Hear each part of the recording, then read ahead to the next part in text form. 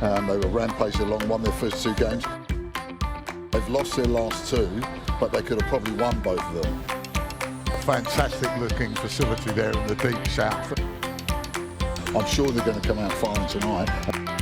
From memory, he was leading last week. Are you going to be leading this week, or? From bottom with 6 points and second from bottom with 3. Yes and no. Yes and no.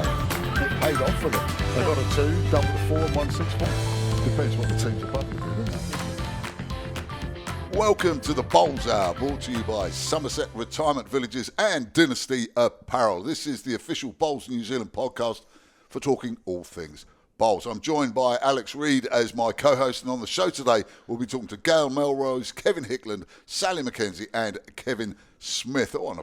You've done it again, mate. A nice little lineup of guests. Yeah, I'm pleased with myself, and I'm pleased with them for agreeing to be on this podcast, Miles. It should be a good hour's listening for anyone, I think. There's some interesting stuff there. Yeah, well, the first interesting thing I noticed is you've had your hair cut, and I understand that your mother did it. Yes, yeah, it's a free haircut, and you can't say it's a bad haircut. No, well, you can't. I mean, I could if I wanted to upset your mum, but I think it's a very good one. Is she a qualified hairdresser, or is she just a good mum? No, she had 2 children and a sister who's a hairdresser, so I think she got a couple of hints off that and some shearers, and it usually does the job. It's yeah, there does look a little bit of shearing sort of technique going on there.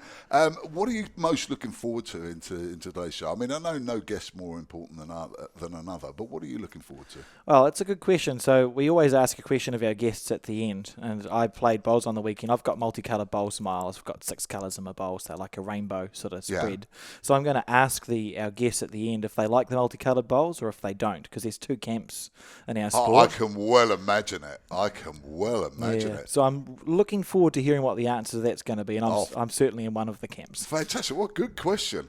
I think by the end of the year, though, you're going to run out of these interesting questions, because you brought up some great ones, but I'm looking forward to that one. Right, let's get on to our first guest. Right, yes, Miles, we've now got Gail Melrose on the line for us all the way from Tauranga, and how are you feeling this morning, Gail? Oh, very good, very good. First day back at work for a while. So I've been down in Taranaki playing bowls, so decided to come back and join the workforce. Fair enough too. So how did you find Taranaki? Is it the first time you've been down there for that tournament? No, I've actually been going since 2011, and I think I've had 2 years that I couldn't go. One of them I was involved with the Bowls New Zealand team overseas, and another one I was actually, we'd already won we were going to the Nationals that year, that's right, so I wasn't going to do both. And how did you get on this last week at Taranaki? Well, we were winners some of the time. We got through the post-section, and actually the only claim to fame is that the team of Jan McIntyre actually won the tournament. She beat us. So I don't feel so bad. Yeah, that's always good. I don't mind it so much when that happens in a tournament, eh? You can go, well, at least the opposition that beat me got through and got the trophy at the end. Absolutely. So your team this year, do you have the same team every year, or does it change around for the Taranaki? Mostly had the same people. Oh, it has changed over the 11 years we've been playing, but this year one of our players couldn't play. She had a wedding, so we brought Leanne Paulson into the team, and she led, and then we had Cheryl Hunia as our 2, and Margaret Davies our 3, and myself as the skip. Gail, just as a sort of tangential question, you're a funeral director. Who sort of mans the fort while you're marauding around playing bowls and sort of taking holidays? Well, actually, we've got that covered, Miles. So the work still goes on. There's no worries about that. Yeah, well, I was expecting that for you, because you're so efficient and everything you do. But it was just an idle question I wanted to ask. Right. Back to the bowls, though, Gail. I was waiting for that, Miles. So how long have you been part of the coaching setup in Bowls New Zealand for again, Gail? I started, my first run out was 2017 in June, and we went to, I think it was a Trans-Tasman. It could have been a multi-nations. I can't quite remember, but I remember we had the open team there and we had the development team. I think there was about a total of 37 players or something like that. So that was since 2017, yes. Did you fall into coaching, or was that always, when you started bowls, did you think, I'd love to be a coach, or did it just sort of, how did that develop for you? How did you end up in that position? Yeah, no, I've been coaching for a long time. I've had two daughters that got into sport at a very, very young age. What I did is that I was a young parent. So basically I decided to coach whatever sport they were in. Not that I never coached my own children, but if I did that, I sort of looked at what the other children were doing, like a peer thing, and sort of, seeing where my parameters were for discipline and all that sort of thing. So I just started coaching, and I've coached a lot of different sports. And, of course, my main sport was yachting, and I also coached that, which I really, really enjoyed then. And then when I started playing bowls in 2000, I actually retired from yachting and I took up bowls. I waited for 10 years before I started coaching because I need to know something about the game. I believe that you need to know a little bit about it before you actually start trying to pass on any information. That's my way I look at it. How does the coaching of bowls compare to other sports that you've done? Are there similarities there or what? Well, bowls, you've got a very varied age group. And the way you talk to a 60 to 80-year-old is probably different the way you connect with a younger 20-year-old or children. And I've got 11 grandchildren ranging from 10 up to 27, so I think that side of it's covered. But, I think it's, I don't think so. I think that the principles are still the same. Really and truly the principles are still the same. Communication, getting to know the player.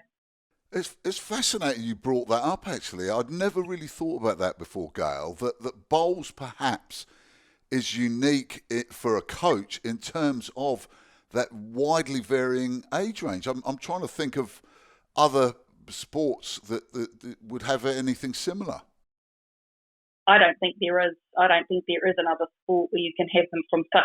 And I mean a competitive, like if you look at the international players, they range, their age is huge from, maybe not even 20 right through to, well, the old, what was the guy from Scotland, Willie Wood. Yeah. Willie Wood. Well, I think he was in the 70s when he was at an international level. He wasn't. He retired. He wasn't dropped. He decided not to play any more bowls. They would have picked him if he was available. And, I'm a believer in it's not your age that determines whether you should be in a team or out of a team. It's actually your expertise and how you play the game. And, age has really got nothing to do with it as far as I'm concerned. I agree. So, being a coach and a successful coach, what's some of your better results that you've been part of with a coached team or a coached player in bowls, Gail? Well, probably as a player, one of my great memories was actually the development team from Auckland when we won the development 1-8 in the old days. And we actually didn't even have to play the last round. We'd won it. And that was pretty exciting. That was a national title. And I suppose the pinnacle of my coaching career, and so to speak, is when Jo won the gold medal. I was her rink coach at the Commonwealth Games in 2018. And a lot of people said, you're sitting there as a rink coach, it was on TV, and you sort of didn't have any emotion. You were just sitting there. And it's really interesting because I felt all along that the win was going to come. I didn't doubt her at all. And I'd already played Wales. And it was just a very, I probably had a little bit of adrenaline happening, but nothing to where, I had total belief and trust and she could do the job. And that was probably one of my huge coaching excitement, triumphs in a way, even though I was just a rink coach, but it was fantastic. I think you undersell yourself a little bit with just a rink coach, Gail. That would have been an amazing experience for sure. That's great. Well, it's just, and it's really funny because Jo came off the green and she sort of was talked about her first bowl effectiveness. And I said to her, we've been through this before. We played in the Trans-Tasman against Karen Murphy and you came off to the green and said exactly the same thing. I said, forget about the other three bowls, concentrate on your first bowl and then the other three will follow suit. And the next end, she actually ended up, I think she killed the next end, and the next end she actually got a toucher. And she came off the green and we just did a very low 5, just a very low 5. And that was it. And that was the end of the game. And I could see Laura, the girl from Wales, her whole shoulders just dropped. And I thought, we've got her. So that was exciting. That sounds exciting. That sounds great. Thanks for chatting to us, Gail. We've been talking for a while. It all just disappeared. It was such a good conversation. But we've got a last question, and we've built up to this in the sort of pre-chat. So it's a question we're going to ask all the people we have on our show, all the guests we have on our show today, and it's a big question about bowls, and I want to get your opinion on this. Are you in the multicoloured bowl camp or the plain bowl camp on a green? I don't really care. Doesn't worry me.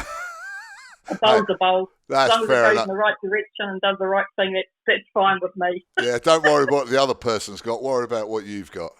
Absolutely. But I noticed you asked everybody about what was your. Because I've been listening to a few of them about your coaching or your best memory of anything. Yes. Yeah, you haven't asked me that. Okay, go. Fire away, Gail. Well, my coaching moment was at Joe, but my playing moment was probably when we won the National Fours when we were a club team from Birkenhead. There you go. You see, you got it in there. You've got to have your moment, and you can't have everyone else having that moment of glory, Gail, and not you. Thank you so much for your time, as usual. Really, really enjoyed it, and all the best for 2022. Thank you so much, Alex and Miles. Talk soon. Bye. Well, it's great talking to Gail. Up soon, we'll be talking to one of the great voices of bowls in New Zealand, Kevin Hickland. He's not knighted yet. He's not Sir Kevin, is he? Kevin Hickland coming up next.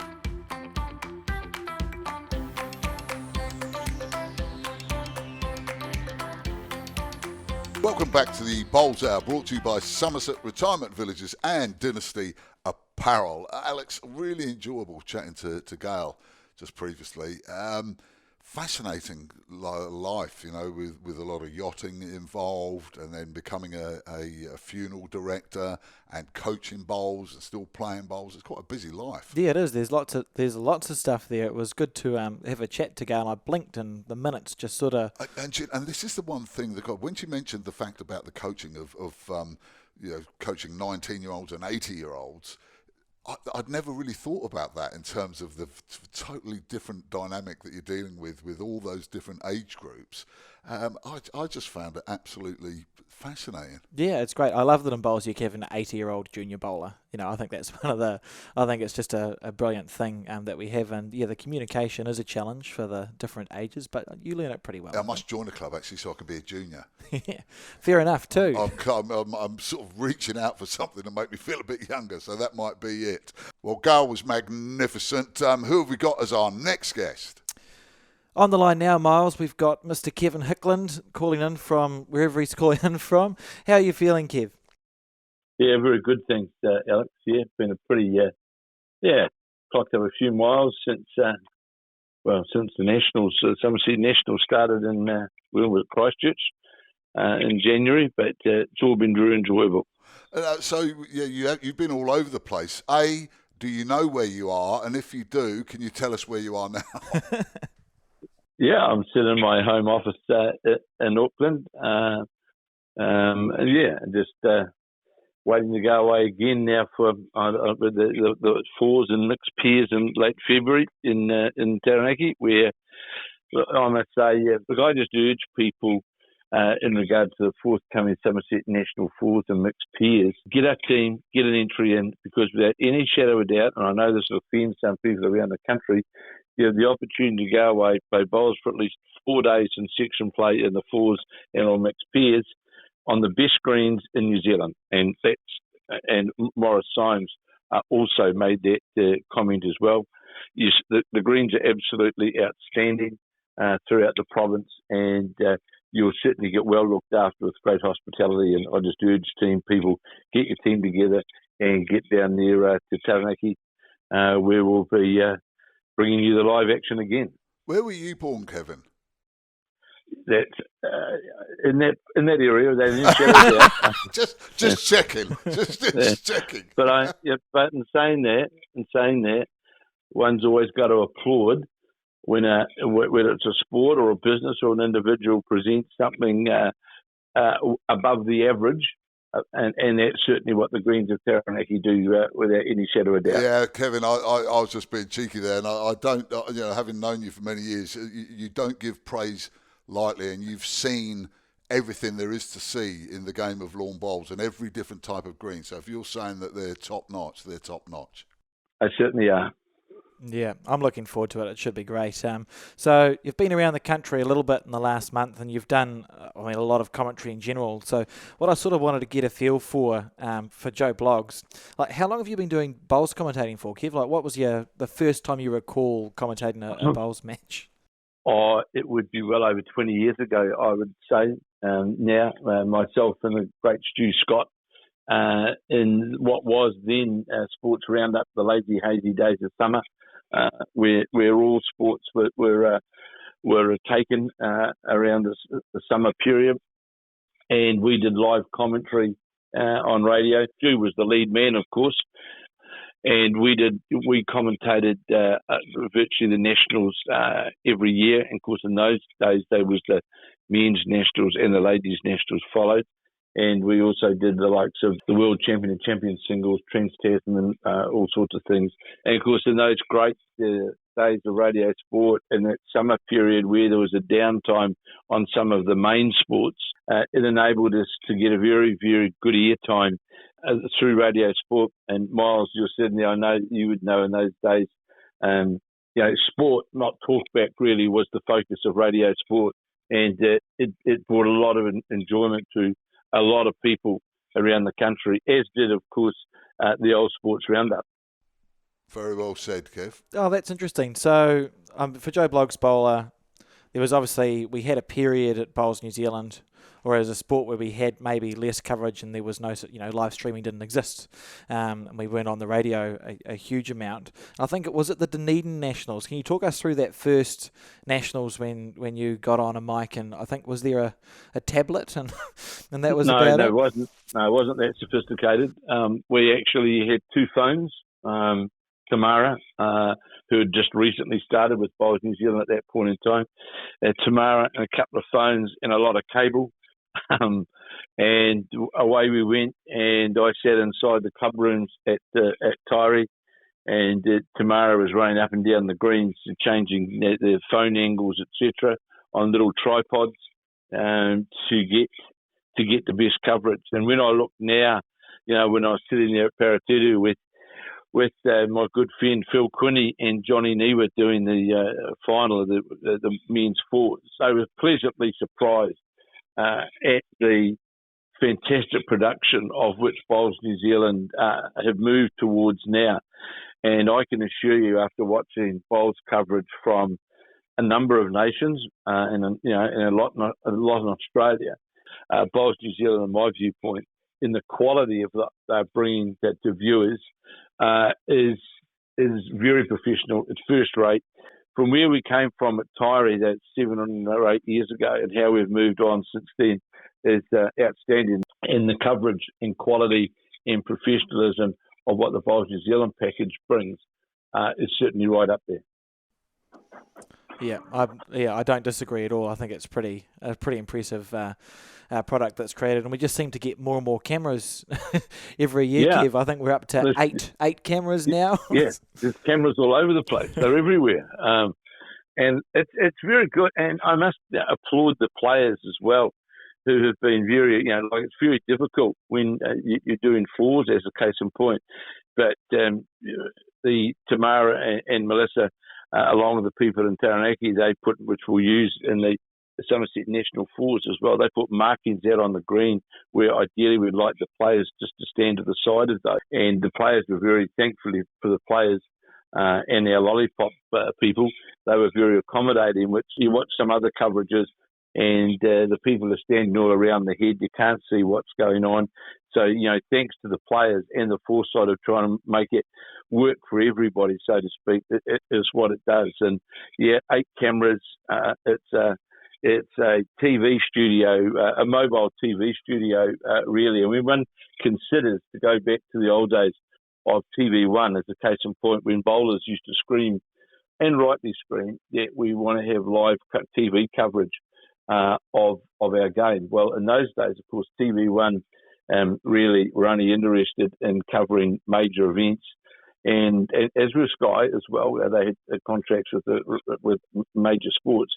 And at $37,000 a day to bring an on-site broadcasting unit in, it just made it really financially impossible for bowls to be able to bring it live. But now that we've got this new platform, the digital platform, which is the way that most sports are now going, and you move $37,000 a day out to what it costs now, we've got a great platform to bring to the supporters, bowlers, other audiences, wall-to-wall coverage of live bowls of major events. Yeah, absolutely. That's great. I think we're only going to keep going strength to strength.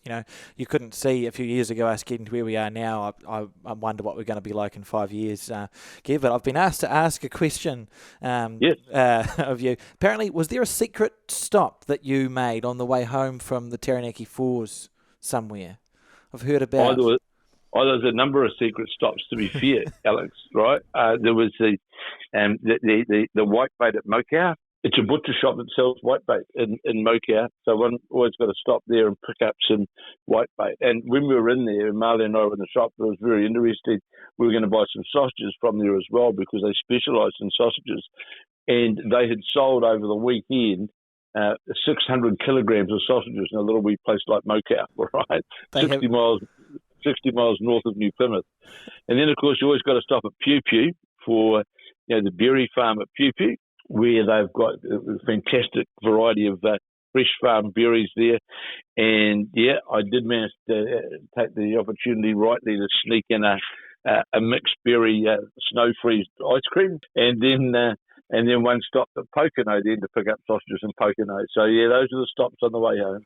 Did that cover the one that you were looking for? Yep, the middle one was the one I was looking for, Miles. And I think if anyone's travelling down there for the Fours Mixed Pears, I'll be taking note of them because they sound like some pretty good... great stops. Good stops. And the Pew Pew Berry Farm will be open if you're travelling south or north before or after the Nationals in Taranaki. The berry farm at Pew Pew will be open, and I can thoroughly recommend them. Well, thank you so much for your time today, Kevin, and for everything that you've done for bowls over the decades now. We look forward to hearing your voice and your commentary over the next 12 months. Thanks, my pleasure, and I'm looking forward to the Summerset Nationals, of course, in my home province of Taranaki. Thank you very much, Kevin Hickland. Right, next up, we're going to have a chat with Sally McKenzie. Sally McKenzie about all things rangatahi.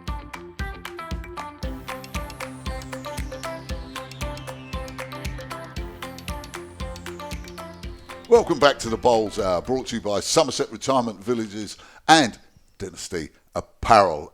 We had a great chat with Kevin Hickland, but you forgot to ask him the key question there, Alex. I had one job, and it's literally on a script in front of me, Miles, one job, and I didn't get it right. But I was going to ask him how he felt about the multicoloured, the stripy bowls that sort of flick up on a green. We asked Gail, and she was sort of... I can imagine that. I'll take a guess that he wouldn't have been overly keen. I mean, he's not against progress, as he mentioned on there. Yeah. But I reckon as a commentator, you might sort of have an epileptic fit or something with those things rolling up and down if you've got to look at them all day. Yeah. So we're not speaking for Kevin, but if we were speaking for Kevin, he'd say, these kids nowadays want everything, but frankly, for me, no. To know, I think we're right there, Miles. I think we've got that one. That one good. Be interesting later on, finding out what our next guest thinks. Yes, we've got Sally McKenzie in the studio from Bowls New Zealand. She's going to have a chat to us about a lot of things. Sally, how are you feeling today? I'm good, thanks. Thanks for having me here, guys. It's nice to finally be on the podcast. That's good. On the third one or fourth one, so you're early on. I wanted you on the first one, Sally. Alex was the one that pushed you back. It's all right, I'm already highly offended. What a great start. So for Joe Bloggs Bowler, could you just quickly explain your role at Bowls New Zealand for us, please? So at Bowls New Zealand, I'm the Rangatahi Inclusion and Diversity Officer. So that means that I am working anything to do with young people, essentially. Rangatahi means youth or the younger generation in Te Reo.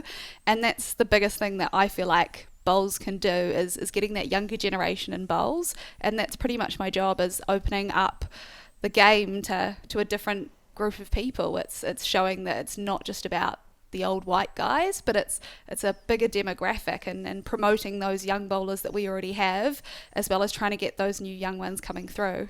What sort of ages do you focus on? Does it go for? Is there quite a wide range, or do you go more secondary schools? Or it's pretty much secondary school based, just because of the size of the bowls, and you've got young ones. You don't want kids dropping them on the green and creating divots and having greenkeepers coming out and being angry. We very much are focusing on 11 to 18 year olds as our demographic, and it's going really well. Even 11 year olds are loving it. I think they definitely have to struggle with the bowls, but they all give it a go. That's cool. So did you have a background? So you worked at Bowls New Zealand for a little while now. What's your background in the rangatahi space?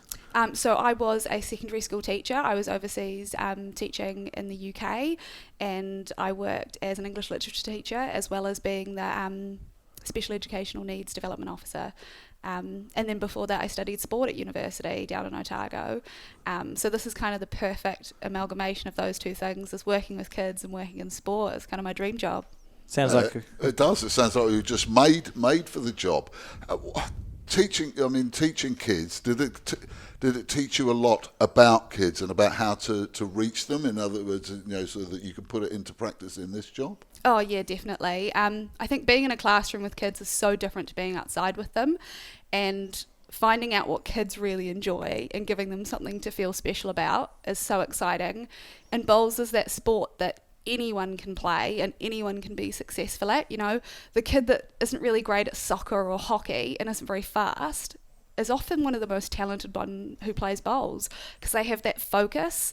And it's really, really beautiful to just see these kids who, would often avoid PE or forget their gear or deliberately just not be there on their day, coming in and playing bowls and loving it and feeling really successful and just feeling sporty. So what are your success stories so far, Sally? Do you have any to share with us in that rangatahi space? I mean, at the moment, across New Zealand, we've got over 4,000 students playing bowls at about 50 schools. So that's really exciting. Probably the most success for me is seeing that space in disability sport or disability bowls working really well. One of the highlights for me is working with Henderson Bowls. There's a man, Mike Ramsey, who works at the club there, and he has a group of kids with disabilities come down every week, every Wednesday, and they play bowls with him. And these are kids who usually would struggle with any kind of physical activity, are able to get out on the green and have a really great time. And just seeing these kids progress from being awkward and shy to being, loud and cheering, and people from the club coming along and saying hello, has been the highlight of my last year. Fantastic. I was blown away by the skills of the Parajaks when I saw them first in Bowls 3-5. They must be an inspiration for those kids as well. If you can see what you can achieve in bowls, that you can be playing this against able-bodied people, you can represent your country. Oh, definitely. These kids being able to see the Parajaks and how successful they are and what hard competition they are is something that they can aspire to, which they don't really get to see. We're one of the few sports where we can play disability bowlers with, people in those normal bowls, and it just works so well. There's no reason to have sort of separate events almost, because both can be so talented. That's great. So what's coming up next, Sally? So for the rangatahi thing, we've had a really sort of a challenging sort of 2 years everyone has with the COVID thing, the COVID issue. What's coming up? What's your plans in the rangatahi space? Our biggest plan is to sort of open that inclusion and diversity place. We want to create pathways for kids so they can look how they can become Parajaks and have those sort of development there, how they can see they can work towards that. We're also trying to bring together blind bowls, deaf bowls into sort of one group and have sort of one para group that works with Bowls New Zealand, so we're all working together for one common goal. And I think the biggest thing in that rangatahi space is we've got our 2 national events coming up in March. So we've got our National Rangatahi Singles Bowls competition, and then we've got our National Secondary Schools Bowls 3-5 competitions, which we've been waiting almost 2 years now because of COVID. We kind of are hoping that we can finally get it done. How hard is it to get into the schools, to get the schools to buy in to your programs? It depends on the school, really. It just takes one teacher who's willing to be involved, someone who's not necessarily passionate about bowls, but is willing to come down and be at the bowling club. We do have an NCA program, so kids who are doing PE as a subject can play bowls as part of that subject, which is really exciting. But it all depends on the school. I guess the hardest thing is making sure that clubs are excited to work with kids, and most of them are. It's just sort of like building that relationship between clubs and schools that can continue. So if I'm Joe Bloggs listening to this podcast from a bowling club anywhere in New Zealand, and I'm excited about getting that Rangatahi group into my club or going to my school, what's my best course of action? What should I do?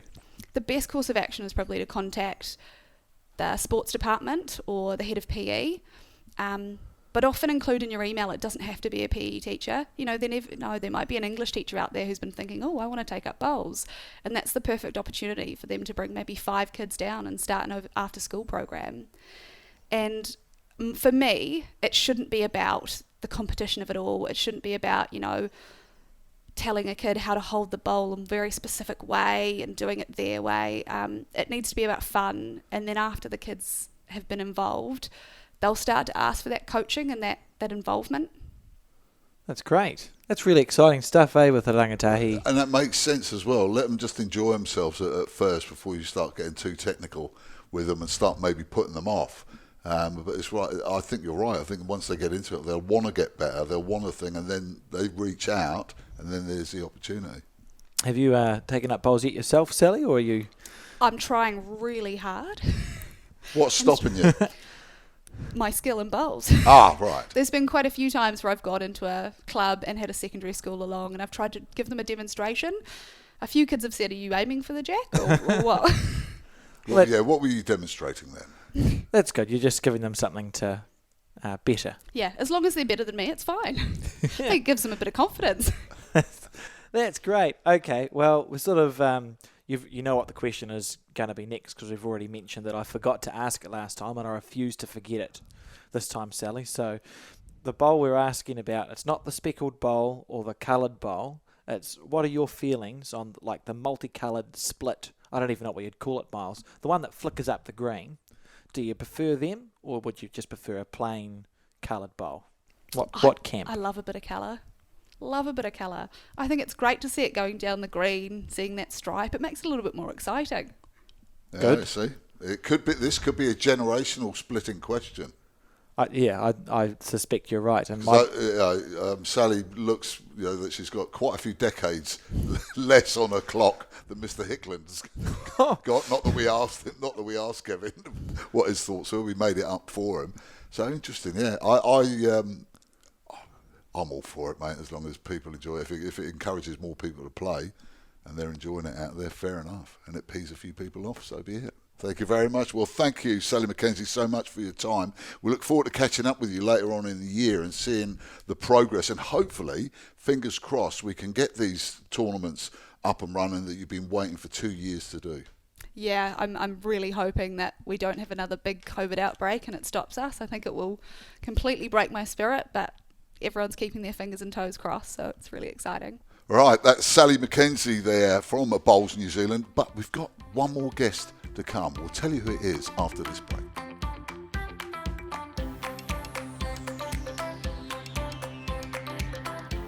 Welcome back to the Bowls Hour, brought to you by Summerset Retirement Villages and Dynasty Apparel. Right, we've had Sally McKenzie last. Who's next, Alex? Yes, Miles, on the line now we've got Mr. Kevin Smith all the way from Christchurch, and he's here to have a chat to us about the NZBLBA. How are you this morning, Kev? Yeah, excellent, Alex. Thank you very much. That's good. So I thought we'd start off with, can you just explain to people listening to this podcast a bit about what is the New Zealand Blind Lawn Bowlers Association? Certainly, NZBLBA, New Zealand Blind Lawn Bowlers Association, is actually an incorporated society. It's a registered charity. It's been going in New Zealand since 1984. But our job is to coordinate bowls opportunities for any folk with vision difficulties. Kevin, as you alluded to, there's different stages or levels of visual impairment. Yes. Are there different categories or classes, like they have in the Paralympics? Do you have different categories for it, or once you qualify, that's it? You all play together? No, it's a good question, Miles. It's certainly blind bowls is classified into four sections, B1 to B4. And if I might just perhaps make sense of that for your listeners. So B1 players are, and this is worldwide classification, is totally blind persons. B2 generally can see hand and light movement for up to about 2 metres. Partially sighted would be the B3 general view, where people can look up a green and they might see a bit of an amorphous blob of bowls up there, but they can't get depth perception of where the bowls are and what the head looks like and where the jack is specifically. So they're people that are certainly legally blind. And then B4 is a group of players who you might imagine, if you will, looking down a set of straws. So you've got less than 20% peripheral vision. So people can play in those own individual classifications, or they frequently do play against each other. And of course, and we'll talk about that after, I guess, they frequently compete against sighted players and participate fully in club life. But those divisions are really important when we come to national and international events, Miles. Thanks a lot for that. Yeah, that makes it a lot clearer now. That's good. So, I mean, I myself, I profess to not know a huge amount about the NZ BLBA, and I don't think I'd be alone in that. And I think it's great that we're beginning to get a bit more coverage for you guys. Because I think, would it be fair to say there's probably a large chunk of players out there, players that might have played bowls for a long time and begin to lose some of their vision, that surely they'd benefit from having a go with the NZ BLBA? Absolutely, and I actually believe, Alex, that this is a group of potential members for the NZBLBA, the blind bowls community, are club players who have played bowls for a short time, long time, or whatever, and their vision's deteriorating, maybe as they got older. And what do? They give the game away. But in fact, by being in touch with us at the NZBLBA, we can give people opportunities to participate against peers, people of similar standards, at national and international levels, if they're competitive players, or even just joining the great community that is the blind bowls community. So I think there's an untapped number of players out there for that.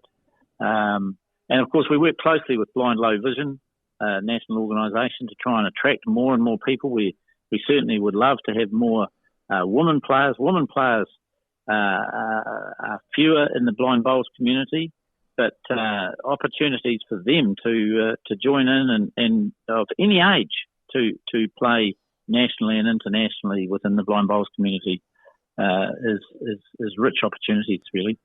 Absolutely. So how do they do that? What's their best course of action if there's someone out there listening who might think they fall into that category, or someone they know has fallen in that category? What's their best way of contacting you guys? Seeking out Kevin Smith is probably the simplest. I'm the secretary of the NZBLBA board. Have a fair bit to do with the organisation, and I'm available. Really, can be contacted through the Burnside Bowling Club or the NZBLBA. We have our own website. I meant to look it up earlier before I came online, so I apologise. For my details are on the website, and I dare say they could even come back to Bowls New Zealand, who'll help us in terms of the potential recruitment. I'm sure, Alex, you put people onto us who have any interest in the blind bowls community.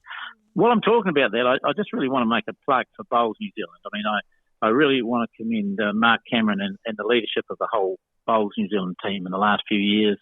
They've really strengthened the relationships with not just the blind bowls community, but all of the para bowls, Aotearoa community, disabled bowls, deaf bowls, broad spectrum mental illness community, intellectually disabled areas.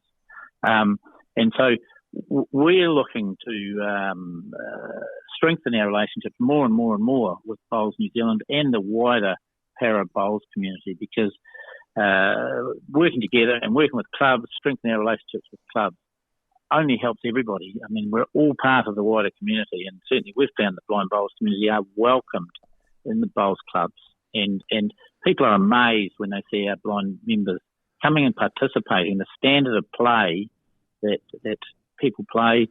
Alex, I know that you had a lot to do with the Summerset Nationals and the live streaming that is available for people to watch. If you don't know anything about blind bowls, forget about what you might have heard.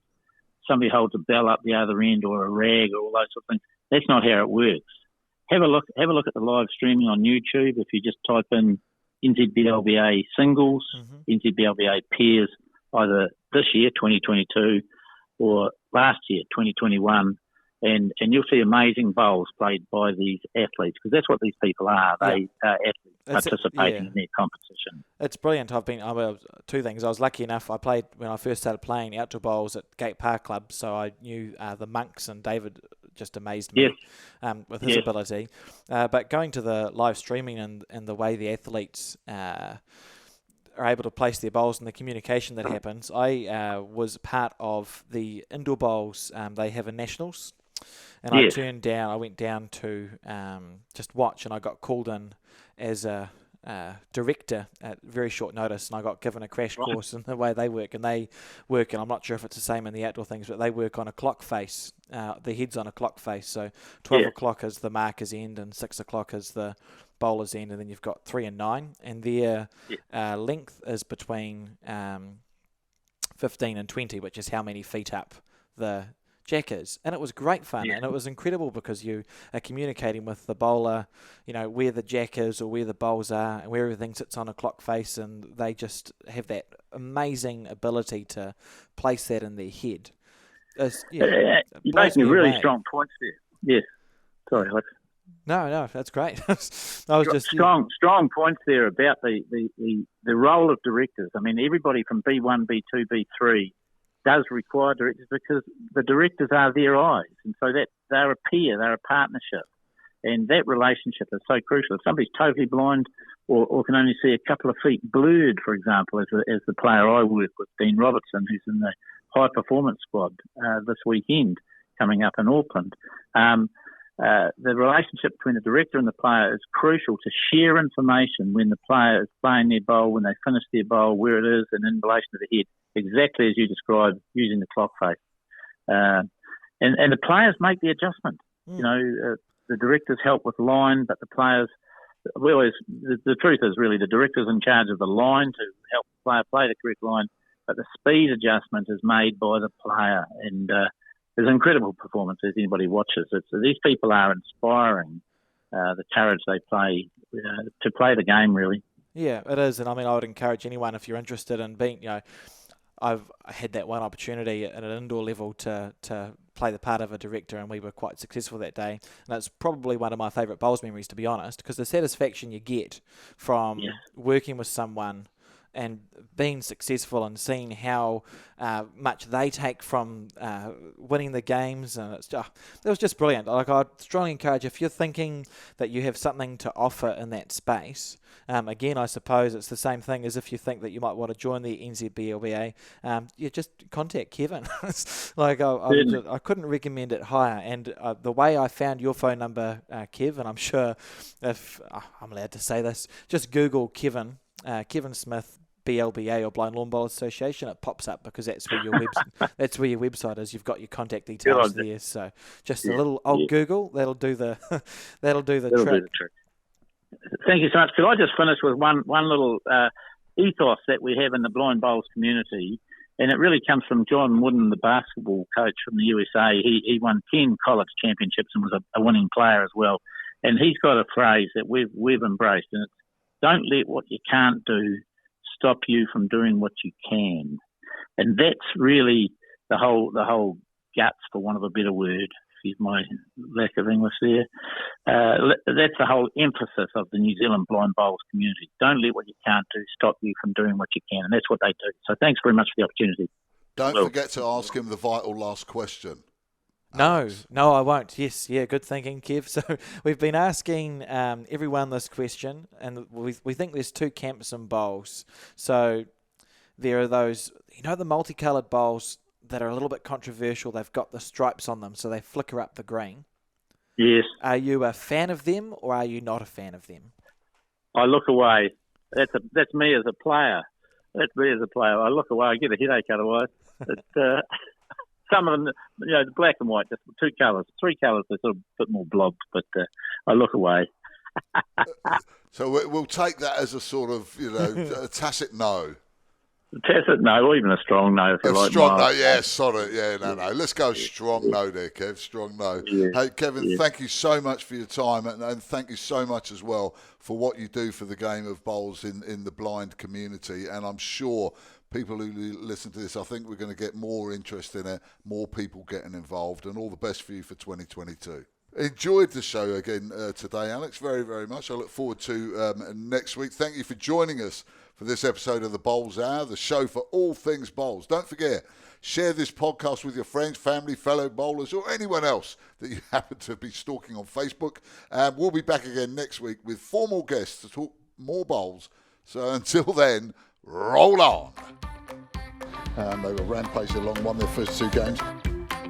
They've lost their last 2, but they could have probably won both of them. Fantastic looking facility there in the deep south. I'm sure they're going to come out firing tonight.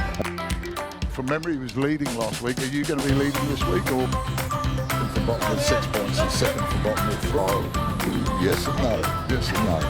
It paid off for them. They got a 2, double the 4 and won 6 points. Depends what the teams above you do, doesn't it? The Bowls Hour, brought to you by Summerset Retirement Villages and Dynasty Apparel.